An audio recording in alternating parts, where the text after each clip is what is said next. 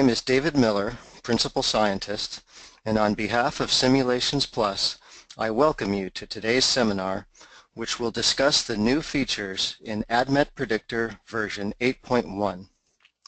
An opportunity to ask questions will follow the presentation.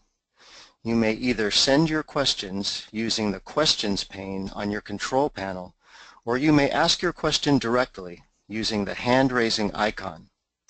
If you're using a telephone to listen to the call, please be sure to enter the unique audio PIN displayed when you joined the call. When you enter your audio PIN, this enables us to unmute your line so that you can be heard.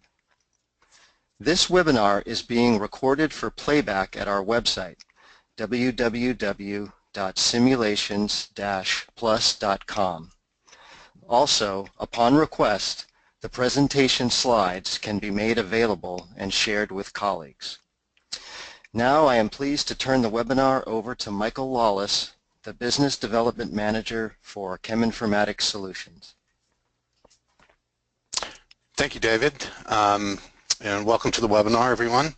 I'm going to be talking about ADMET Predictor 8.1 and efficiently handling large data sets. So in ADMET Predictor, or in version 8.0, we rebuilt the interface and added MedChem Studio tools to ADMET Predictor and combined those into one interface. And that was released about 3 or 4 months ago. Since then, we've released the next version, ADMET Predictor 8.1, and on this slide and the next slide, I'll show some details of the enhancements. There is a readme.rtf file included with the software package, and that contains more details on the enhancements. The biggest enhancement is that it's now available in a 64-bit executable, and this just allows for us to process more compounds, have more memory. We're not limited by the old 32-bit scheme. We've also sped up the ADMET property computation and requires less time than about 20% less time than it did in ADMET Predictor 8.0. For MedChem Studio, we ported most of the features into ADMET Predictor 8.0. There were a couple that we didn't have time to put in, and one of them is fragment generation and assembly. So we added that to this version, and I'm going to demonstrate that new feature in a few minutes. We also added the ability to add a smile string for each R group and an R table. Also, if you use the R group analyzer within MedChem Studio, you know that you can make plots of the R groups against each other and then have circle plots display particular properties for those compounds. We now enable you to export that graph in Excel format, and this was one of the users requested this operation. Also, classes can now be annotated by adding comments. We've updated all 10 Ames mutagenicity models and CYP3A4 substrate model to include confidence estimates. For metabolite generation, we noticed that this sulfur here was being oxidized in this particular type group, and we blocked this from consideration. So I've got a slide explaining why we did that and what the new results would be. In ADMET risk rules, we've combined the HP and SG ADMET risk rules. These both kind of signal liver injury or hepatotoxicity. We've combined them into one rule called HEPX.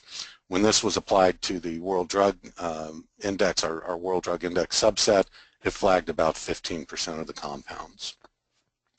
The mute risk rules have also been simplified. These have to do with the Ames mutagenicity models.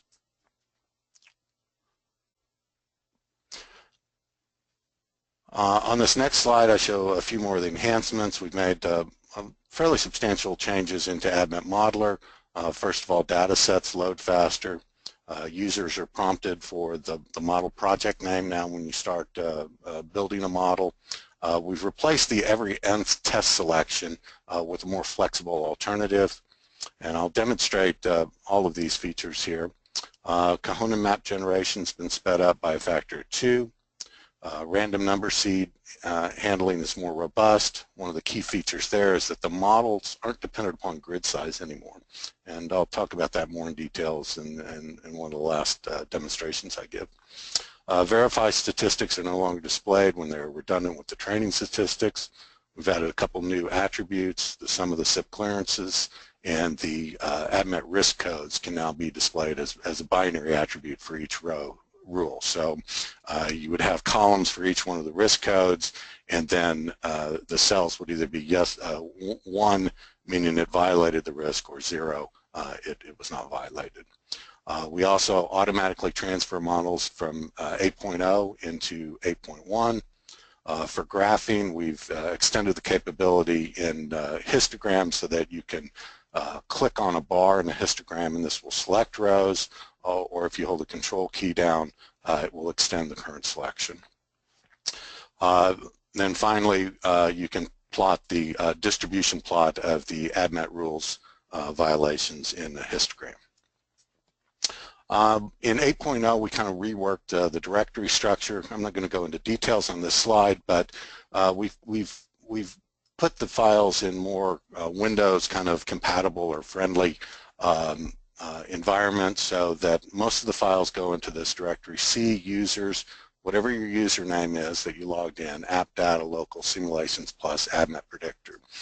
So we have things like the user manual, the NIME and pipeline pilot nodes are in there. We also have this coordinate generation file, which allows you to save coordinates for a particular scaffold, so that you always view that scaffold in the same way when you redraw the structure in ADMET Predictor. The model properties and tooltips are in this directory, and then the auto star plots .star. This enables you to customize the auto star plots. So one nice feature in ADMET Predictor 8.1 is if you build models in a previous version, say ADMET Predictor 8.0, when the program starts for the first time, you'll be prompted with this dialog box saying that you've got some models in 8.0, would you like them transferred to 8.1? So selecting yes will transfer the files, will update the model properties and tooltips so that you'll be able to see your models in there. So on this slide and the next slide, I just kind of outlined some of the performance features within the new version. I compare it in this table 8.0 to the 64-bit executable 8.1 for a 1,000 compound file and then a 10,000 compound file. So ADMET Predictor 8.0 is still pretty good, about 30 seconds to compute ADMET properties for 1,000 compounds, and that's over 140 predicted properties and over 300 descriptors. In ADMET Predictor 8.1, we shortened that time to about 20 seconds, and then for the 10,000 compound data set, it goes from about 266 seconds down to 219. And typically the speed is about 50 compounds processed per second compared to 36 or so in the old version. I also opened up just as a test to see how many we could open up a 1,000,000 compound smiles file in ADMET Predictor 8.0, and that went fine. Now it does take some time, 7 minutes, and all these statistics come on this computer I recently was given, and it's an AU6 computer with a 2.6 gigahertz clock speed, 16 megabytes or gigabytes of RAM, 64-bit operating system, and 64-bit processor.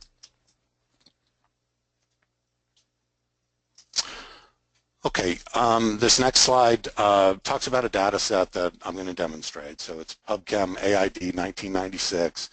There were about 58,000 compounds, and this is from the library project.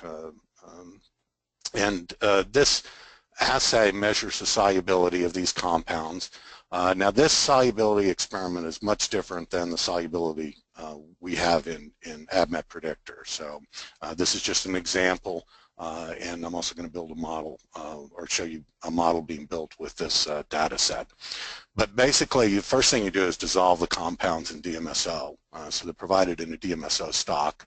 And then they dilute these down to about 2% DMSO and use a buffered solution at pH 7.4 and use quantitative chemiluminescent nitrogen detection to calculate the concentration of the solution.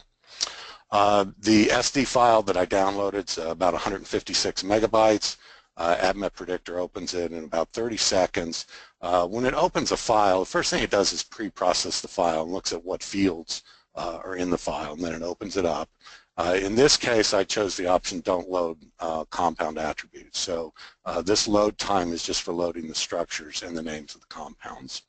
The next thing I did was standardize the functional groups. That takes about 16 seconds, but no structures were modified. These are, one of the standardized groups are nitro groups, and they were represented the way ADMET Predictor likes them. The next thing I did was find duplicates, ignoring stereochemistry. This took about 10 seconds, found about 191 total duplicates, and I just deleted all those. Just, you would want to curate those and look at those.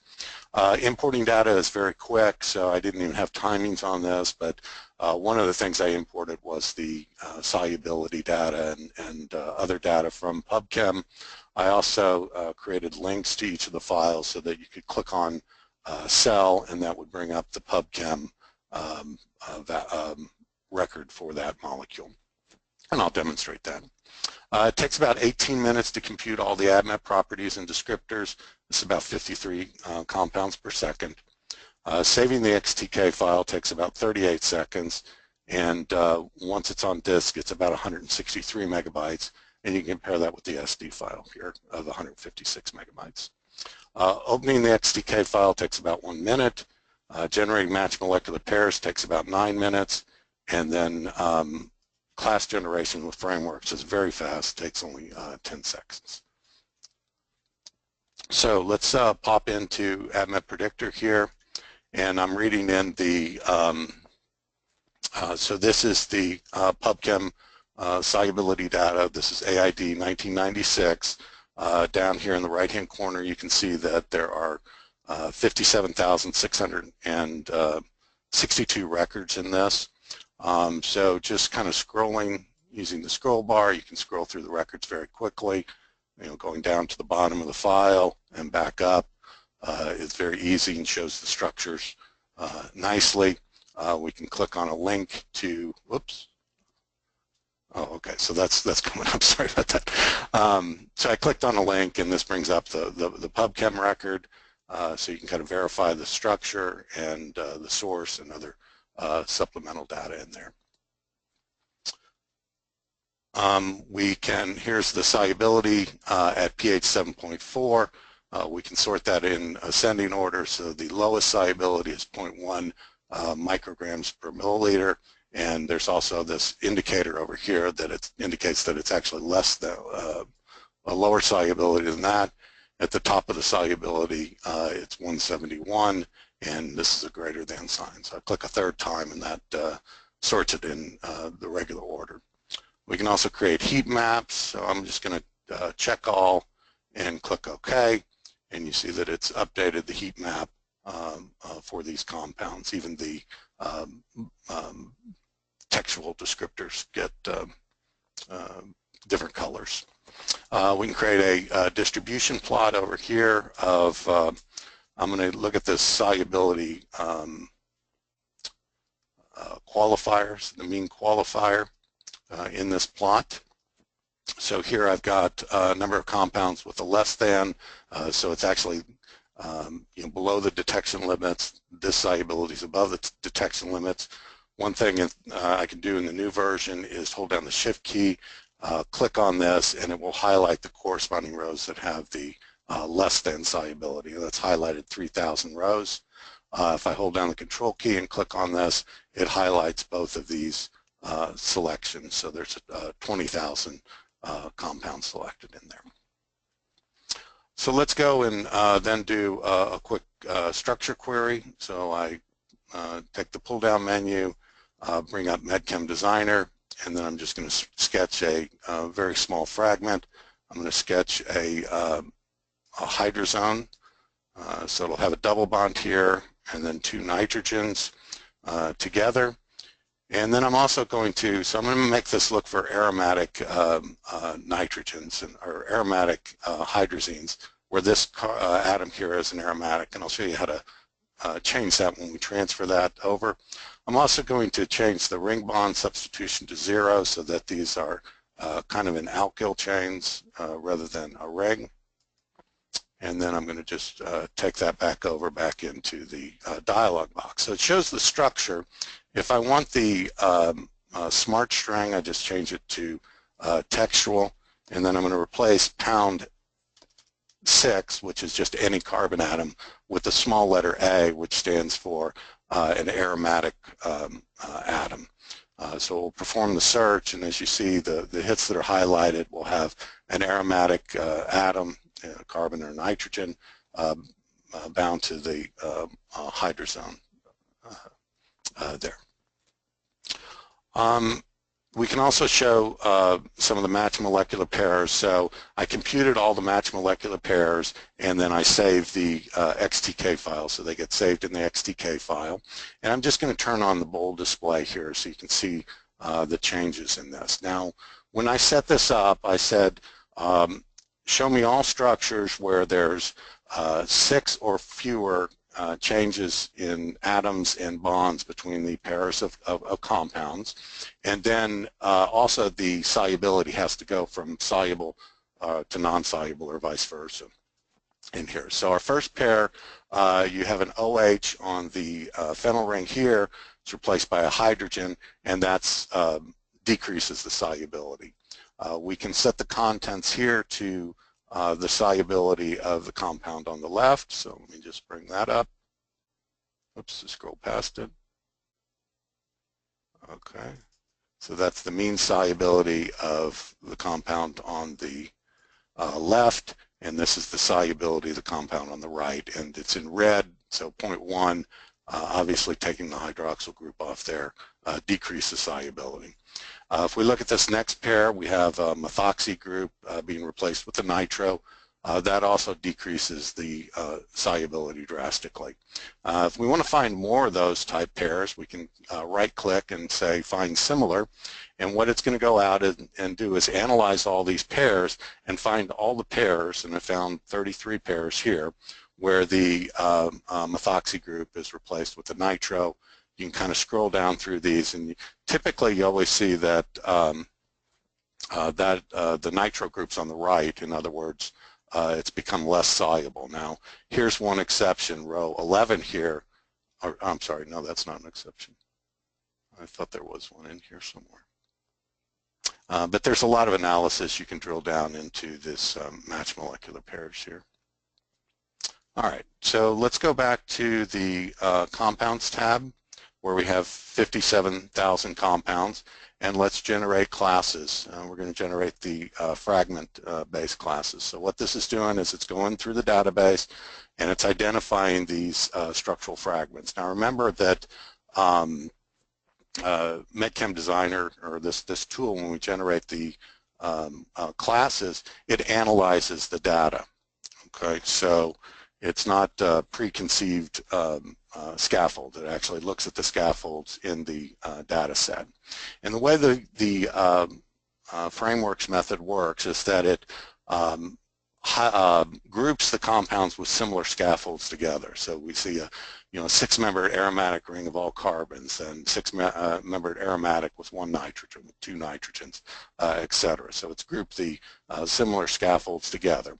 We can also sort by class size, and then just look at some of the different scaffolds within this particular library. So let's go back to the slides. That was kind of a demonstration on the just handling a fairly large data set there. All right, so a feature we added in ADMET Predictor 8.1 is the generate assemble fragments, and this is useful for lead hopping into new chemistry space. In fact, I used this program a couple years ago when we did the COX-2 project.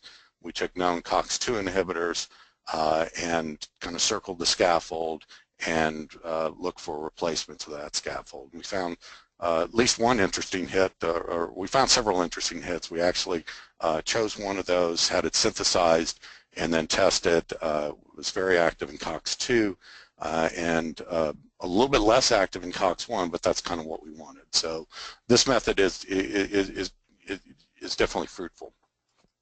And what I'm going to do is kind of walk through this slide of how the compounds are fragmented, and then in the demo I'm going to show how that you put the fragments back together and replace a scaffold. So the first step is to generate fragments. There's a CRF file we have in the ADMET Predictor folder, which contains these fragmentation patterns. And the name of the file is fragmentschemspecific.crf. It contains 22 smart strings, and this is just an example of one of the smarts. It takes either an amide or a thioamide and breaks it up into the carbonyl containing portion and the amine portion. So for example, in this particular compound here, it's going to take and break this bond here. Note this pound, or this exclamation mark at, means not a ring bond, so this couldn't be in a ring, and breaks it up into the amine and the carbonyl. And so here'd be kind of a side of attachment and another side of attachment. So you would use this to replace scaffold or side chains in a molecule. There's also going to be a fragmentation pattern maybe that would break it up into this type molecule, where you'd have the phenyl scaffold with the bromine and the amino group here, and then two sites of attachment there. So I'm going to take a data set of 307 compounds. These are mostly drug compounds. They've all been tested in humans, and there is a known clearance mechanism. So they've had some studies done where they looked at was the compound eliminated renally, metabolically, or via hepatic uptake. So that's associated with this. It was in the supplemental information of this journal article. I want to thank Neil Miller for providing me the structures on these. He went and looked in the supplemental information and extracted the structures for those and sent those to me. So I appreciate that. That's what I'm going to use for the demo. The first thing I'm going to do is take a single molecule, adenozolam, and I'm going to generate the fragments and show you the fragments that will be generated from there. And then I'm going to just take that same compound, define the scaffold, and then have it find that exact same fragment. So it's kind of a self-consistent test. Then next I'm going to generate fragments of all 307 molecules and use those fragments to replace the scaffolds in these 3 molecules, and then we'll look at the results. So let me go back into ADMET Predictor. So this is the data set with the 307 compounds in it. I'm going to use adenozolam as the test structure, let's say. So under the design menu, go to generate fragments, and I'm just going to do it for this single row here. This is the default fragmentation file that contains the SMERC strings. I have to specify an output file here, and I'll put that in a certain directory here, and it's just going to be called fragments.ctk. So I'll save that, click OK. The first thing it does is it, of course, builds the fragments, and then it displays this temporary file here. This is ADMET Predictor temp file. This is fine, but it doesn't show the fragmentation pattern. So really I want to bring in the CTK file, and then you'll see the fragmentation patterns where the site of diversity or the site of attachment is marked with a hash sign. So if we take this first row as a nitrogen, actually this is a trivalent nitrogen, and it corresponds to the amino side chain in the dimethyl amino side chain in adenozolam. Then we have the scaffold here, which would correspond to taking off the amino side chain and the phenyl group here. Then we have 2 what look like methyl groups here. One of these actually corresponds to the CH2 group here. The other one corresponds to the CH3 group attached to the amine. So in this case, These look a little bit redundant, but one's going to be a dicyclic, or excuse me, 2 points of attachment, whereas this one would have one and would be just a single side chain. So now we want to replace the scaffold. You have to define the scaffold. So we go into the Classes tab, and I'm going to highlight the compound, and then with a right click I can go down to the Scaffolds menu and say define using a lasso. So then I'll just lasso the scaffold. Basically I want the tricyclic scaffold here, and that's what I want to be replaced when I perform the assemble fragments. So I take that back into the Compounds tab. I go under the Design pull-down menu, replace scaffold using Fragments. I'll browse now. Here's where I want to use the fragments that I just generated. So I go into Frag Replace, highlight that file, then I'll output this as an SDF file. One trick here is that on this Add Filters menu, there's an option, Reject Products Already Contained in the Spreadsheet. I'm going to turn that off because this is a self-consistent exercise. I want to regenerate that molecule there. So then I can just go ahead and click OK. It looks through that small fragment list and regenerates the product here. Now you notice that it's in a little different orientation. All I have to do is go down, Generate 2D Structure, and then it puts it in the identical position. So that's good. That's finding itself. That's always, excuse me, important. So now let's go back and let's take all the compounds and generate fragments from those. So again, we go under Design, Generate Fragments. We're going to do all structures this time, same fragmentation. This time our output file, I'm going to just add a 307 suffix, click OK, and then click OK again, and it's generated all the fragments. And you see here there's 602. I'm not going to bother showing the SDK or the CTK file, but there's a lot of fragments in there from changing up that pattern. So then we can just take this particular compound and we can replace the scaffold again. Now this time the input fragments are going to come from all 307 fragments, and then we'll change the output also and add a 307 suffix onto that. Click OK, and then it generates these fragments, pulls them into ADMET Predictor, new window. So here we see the original molecule with the tricyclic scaffold. This next molecule, what's been it replaced this phenyl group of the 3-membered ring with a thiophene, and then finally it's replaced the 5-membered ring with 3 nitrogens and replaced it with a 5-membered ring with 2 nitrogens. Then these are valid lead hops, I would say, you know, if you want to get rid of kind of the side chain. And the way these mappings go is that it takes the attachment point and counts the shortest path to the other side chain. So in this case it's 1, 2, 3, 4, 5 sites here. So that corresponds to 1, 2, 3, 4, 5, 1, 2, 3, 4, 5 on those. Now let's go back into the Classes tab, and we're going to do another example of a comp called mebendazole. Again, we'll define the scaffold using a lasso, loop it around here, click OK, take that back into the Compounds tab, highlight it, then replace the scaffold here. Just click OK.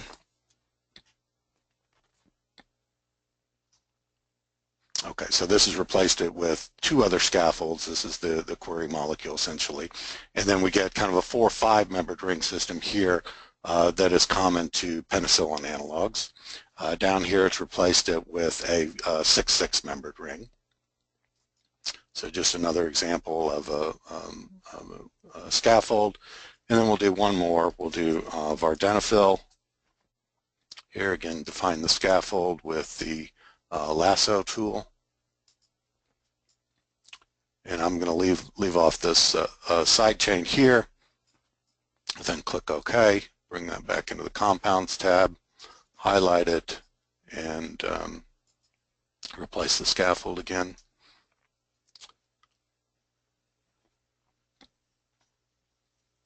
Okay, so it's generated a number of hits. I just want to identify these two. So the scaffold we had is a PDE5 inhibitor, and that's shown in row 4. And then it's lead hopped into another scaffold you see here with the 5,6 fused ring. And this, I think, I think this compound's Levitra, and we've lead hopped into Viagra. So we went from one PDE5 inhibitor to another. Maybe it's PDE4 inhibitor. Okay, so that's the generate fragments and generate and assemble fragments. So now moving on to our Ames models. We rebuilt all 10 Ames mutagenicity models. So there are 5 models just for the single strain of salmonella.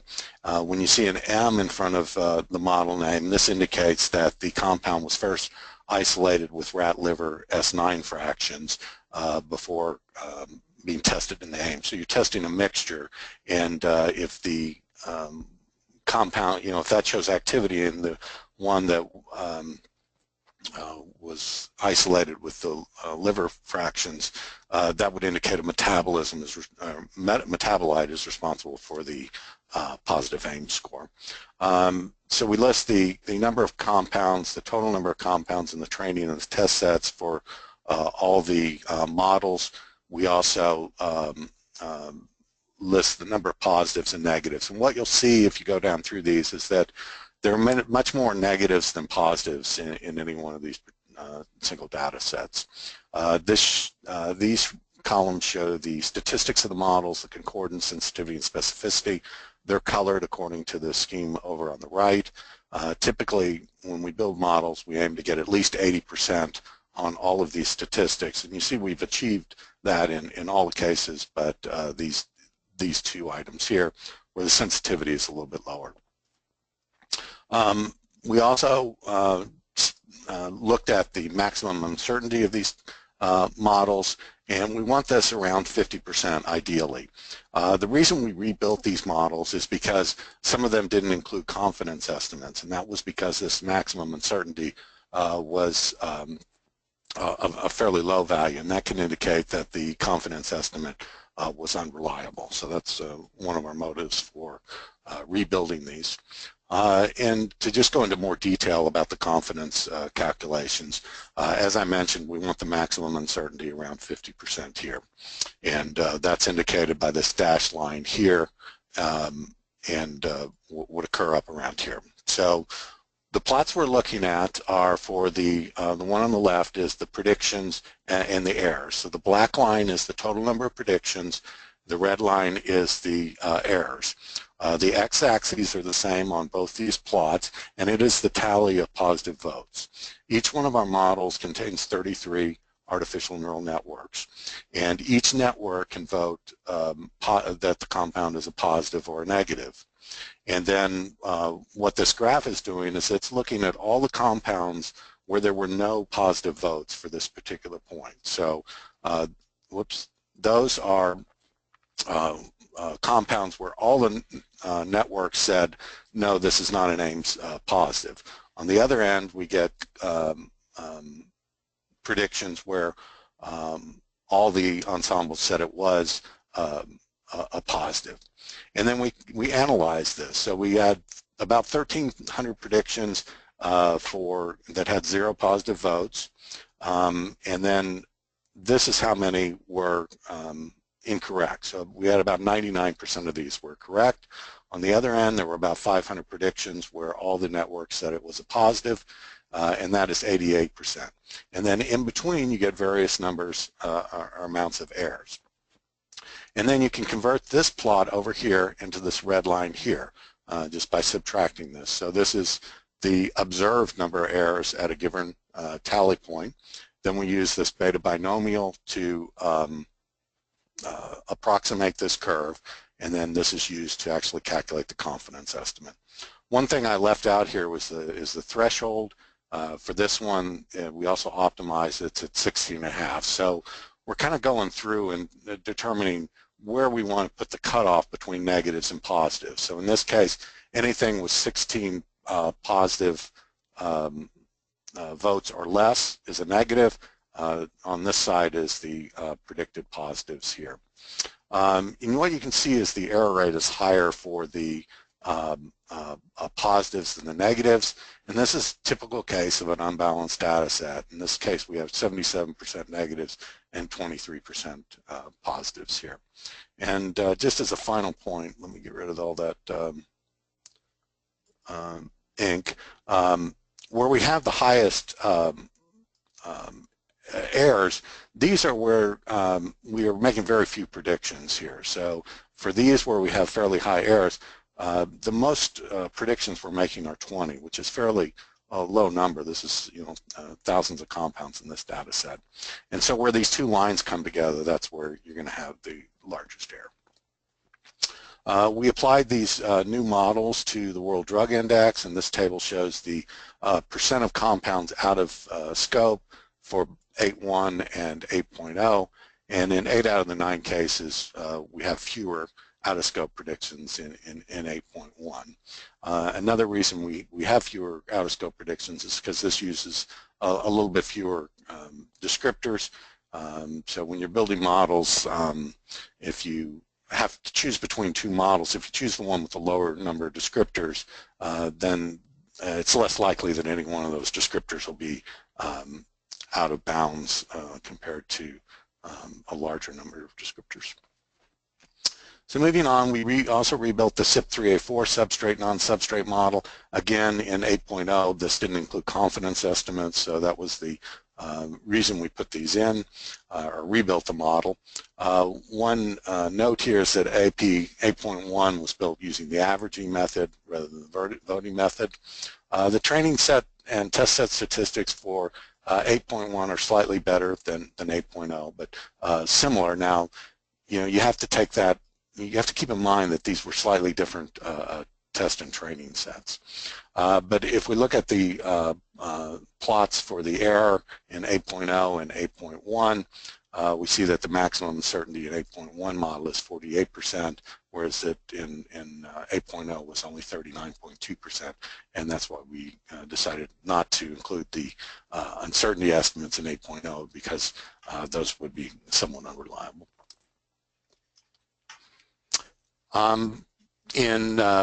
We had a project where we were looking at metabolites of compounds, and we found that in the cases where there was kind of a CH2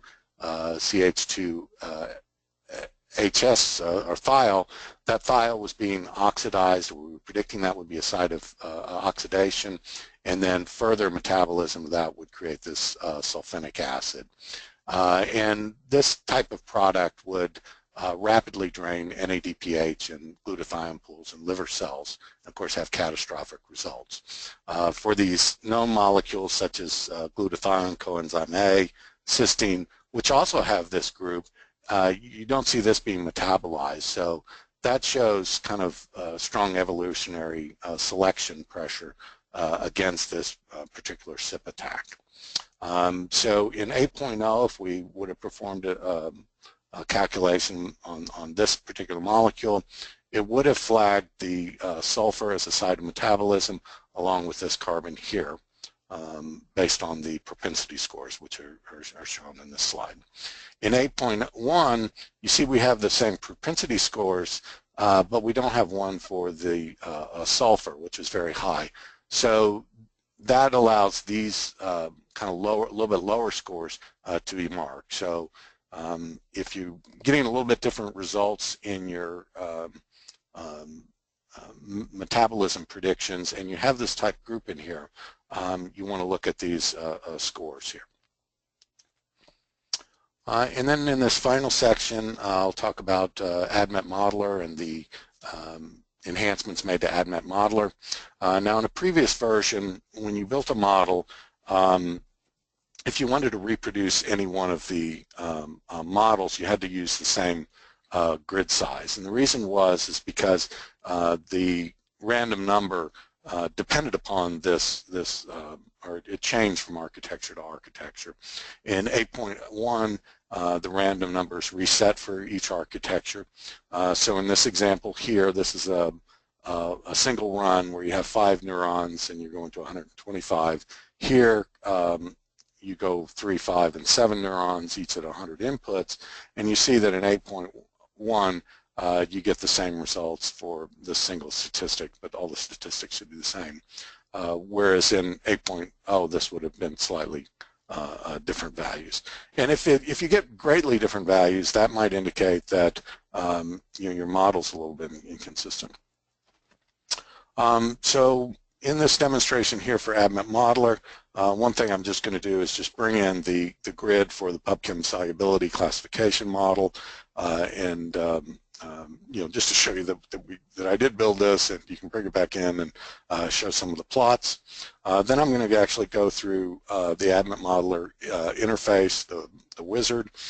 Here I'm going to use an example of 100 compounds from our own solubility data set. And this is just a small fraction of the solubility data set. But what I want to illustrate here is the new test set selection, which is the stratified random and stratified mean. So what I'm going to do is first describe the interface, then I'm going to create 2 models, each with a slightly different test set definition, and then import those results back into ADMET Predictor, and so color it by heat map and sort the values on the ascending solubility so that you see where the test, where it picked the test compound within each one of the stratified sets. So let's go into ADMET Modeler here.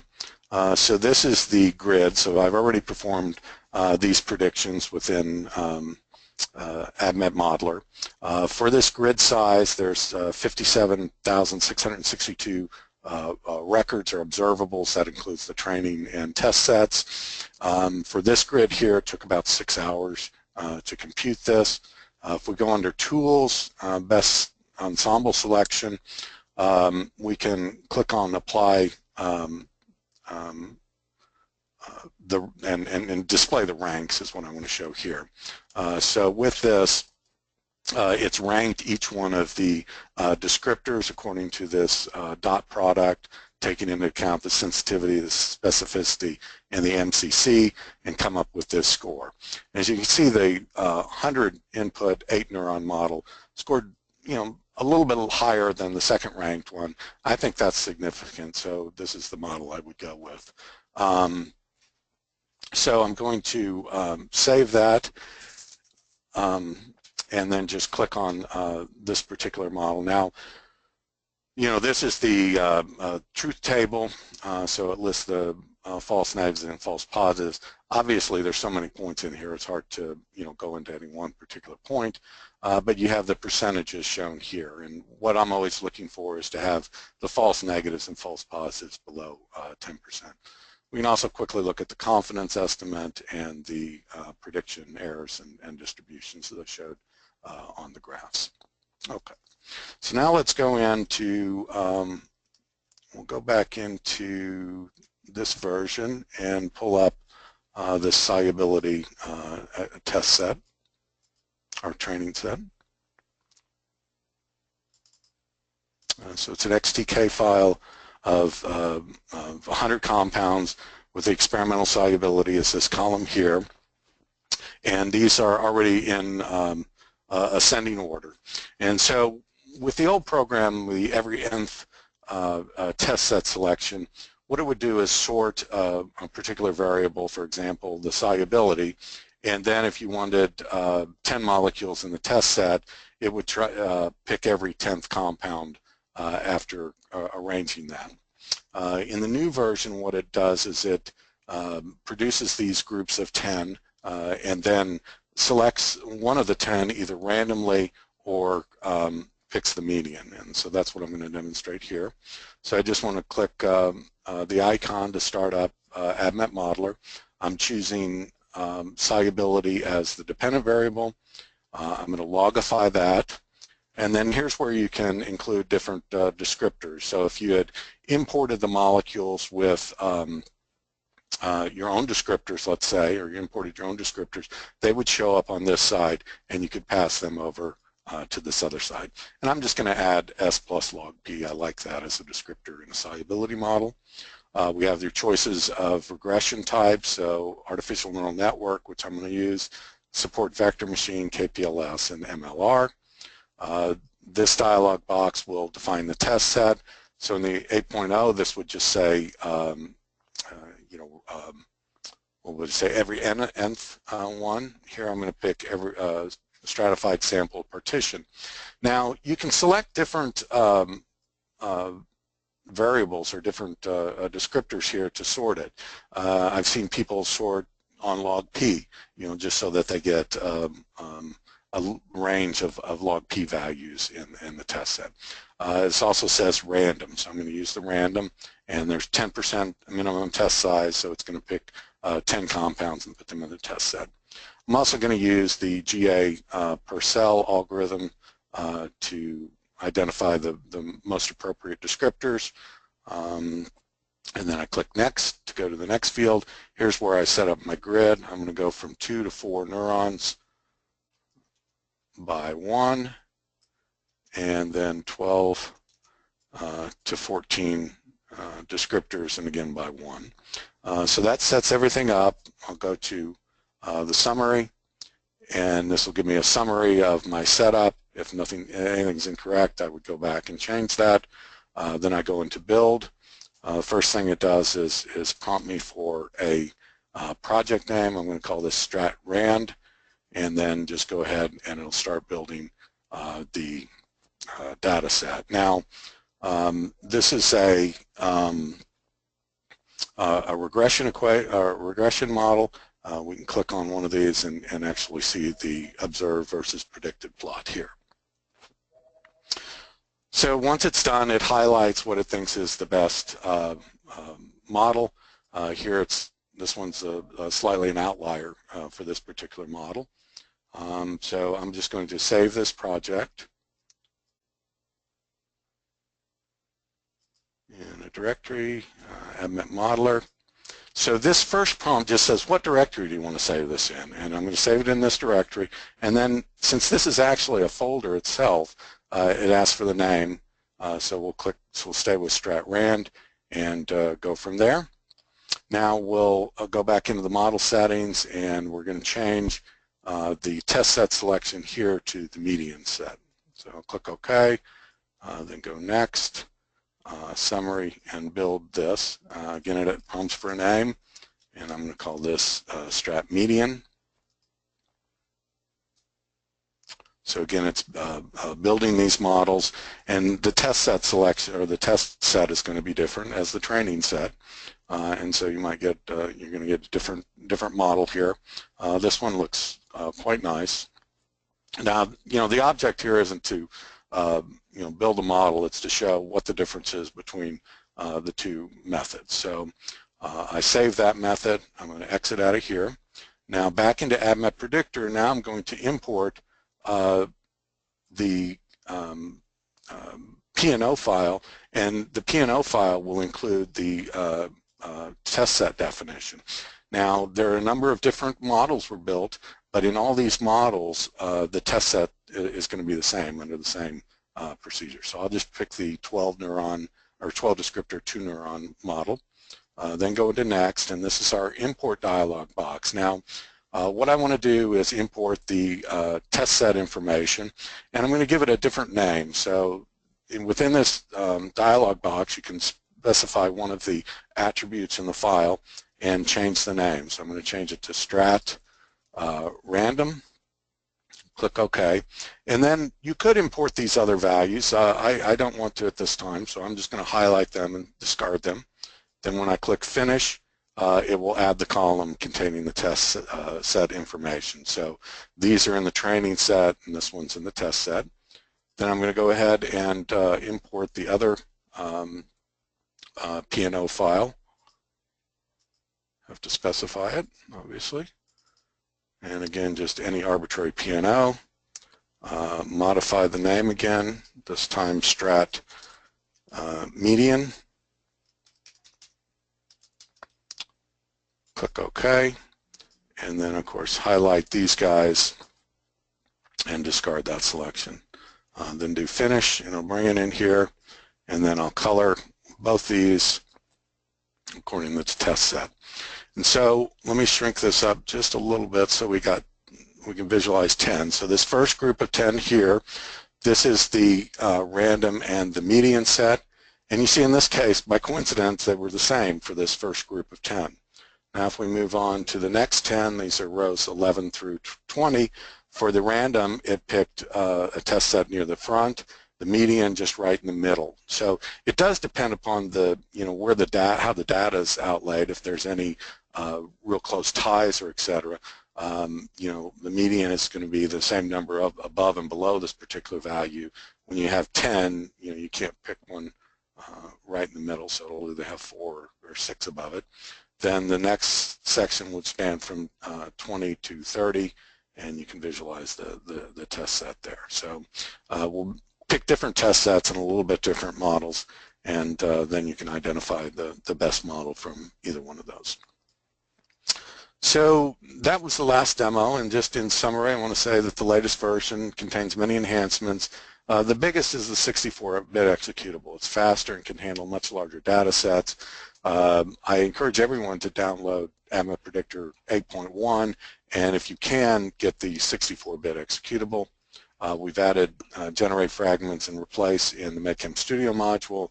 We've rebuilt the 10 Ames mutagenicity models and the CYP3A4 substrate classification model, and then we've also replaced every nth test set selection with a more flexible alternative. And I thank you for your attention. Now I'm going to turn it back over to David Miller. Okay, thank you, Michael. Once again, if you would like to ask a question using your telephone, please use the hand-raising icon on your control panel and be sure to enter your unique audio PIN. Okay, let me ask the first couple of questions here. Okay, you mentioned that the CYP3A4 model was built using the averaging method. Can you explain how this works? All right, I'll try my best. So the two methods in the interface, which I just closed, here, I'll bring it up here, are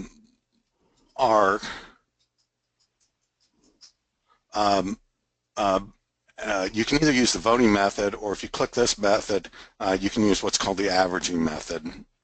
And so with the voting method, for each neuron, for each artificial neural net model, we adjust the threshold.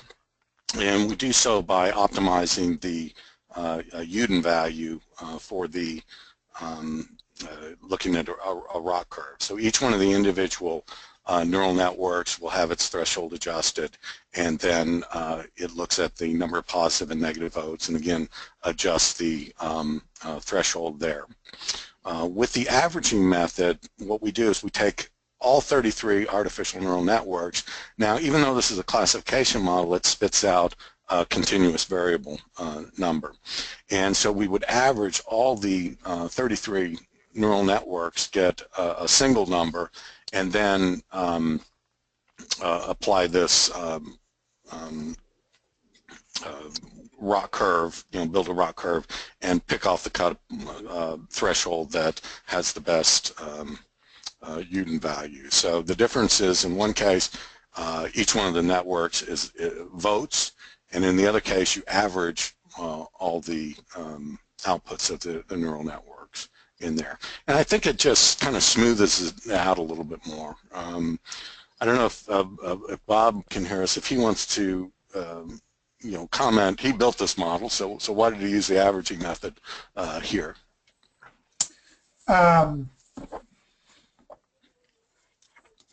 Basically because it gave a better result. That's not real uncommon when you have an unbalanced data set.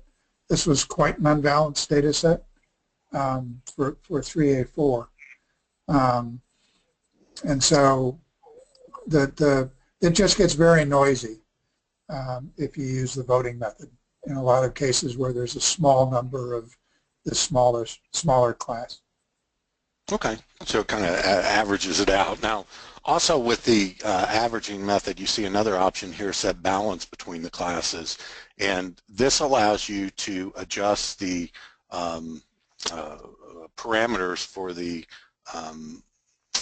algorithm such that you can try and get influence the positives or the negatives a little bit also in here. And so these are just extra options you can use to build better models. So, is there another question? Yep, here's another question. How did you create the links to the PubChem web pages? Okay, let me bring up a file. So I think here, let's see, so I've got this in the file here. So I think here were the links. So this is just a file. It's just an ASCII file. It's got the identifier and then the PubChem record, and it's tab separated. So here is a substance ID. So these were, the identification numbers, and then this was the Excel or the link to PubChem.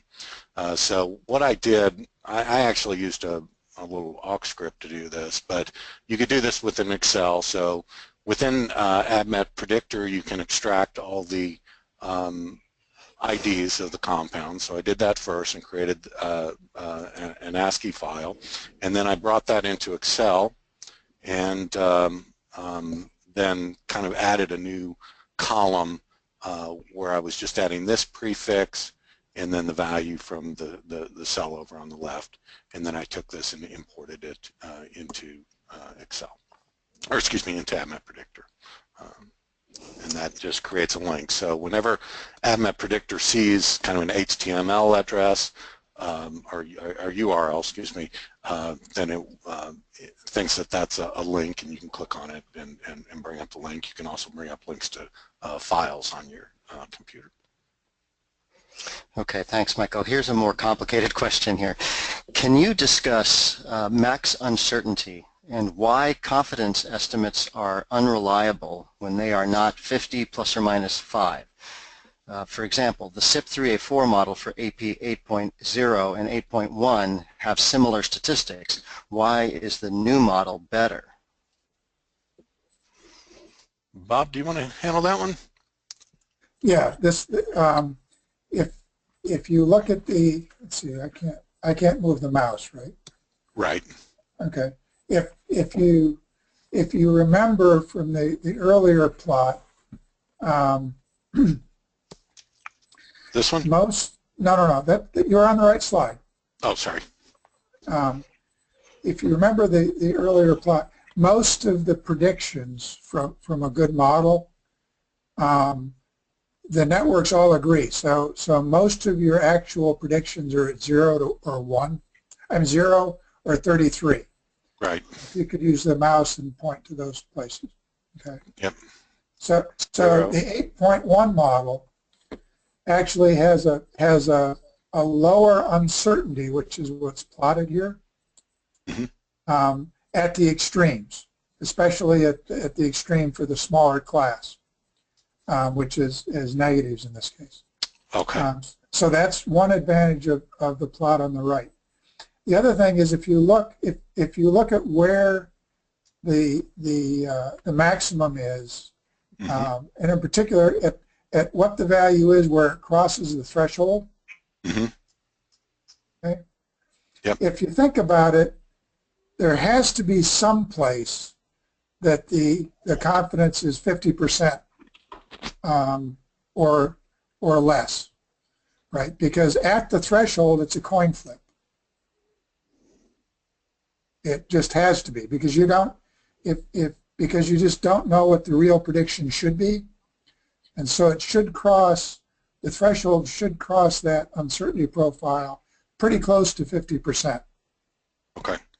And if it's much more than 50%, then your prediction, what's called your predictive value, is below 50%, which means you're actually more likely to be wrong than you are to be right. So the one on the right is a better model in terms of confidence in several different respects, and is much closer to what you want to see. The one on the left is just overestimating how confident you can be. It's a biased confidence model. Okay, thank you very much. Anything else, Dave? Here's a simpler one. You mentioned that it's possible to create custom coordinates for a scaffold so that all compounds that contain the scaffold are drawn in the same fashion. Can you briefly explain how to do this? Okay, so within, so these are SMILE strings, so we have to draw the structures ourselves because SMILEs don't have coordinates. And so there's this custom file, or this file in the ADMET Predictor folder. So I'll go to users, my username, app directory, or app data local. I'll go down to simulations plus ADMET Predictor. So there's this file here called coordinate template generator. I think it's a CTK file. Well, they both look the same. So if you double click on that, these are, I think these first 5 rows are kind of standard ones that are in here to draw these compounds in a certain way. This is one I added, and it's for kind of morphine containing compounds. So what you can do is just add your structure into this particular file, save it, and it will use this coordinates. Now it does, Dave, I think it does, it doesn't, look for all these atoms here are really kind of any atom, so it just tries to match the pattern and the bond pattern for an arbitrary compound, and then we'll draw it in that fashion. Yes, that's right. Is that correct? Yes. I think we should have, let's see, is morphine in here? I thought morphine was in here. But I would show an example. No, that's not it. All right. So, but anything with that scaffold would be drawn in that particular format there. So if you have a particular scaffold, say, even something like a quinazoline ring that you want maybe drawn with the 6-membered rings this way or this way, you could put it in this file, and then it would match any of those 6-membered rings like that, or 6-view systems. Okay, so I guess we're running out of time. Is there any other questions, Dave? That appears to be all the questions we have. Okay. So I think I'll go ahead and wrap it up. So that concludes today's webinar. If you missed any part of the presentation, the playback will be available at our website, which again is www.simulations-plus.com. So thank you for joining us, and I hope you all have a wonderful day. Bye-bye.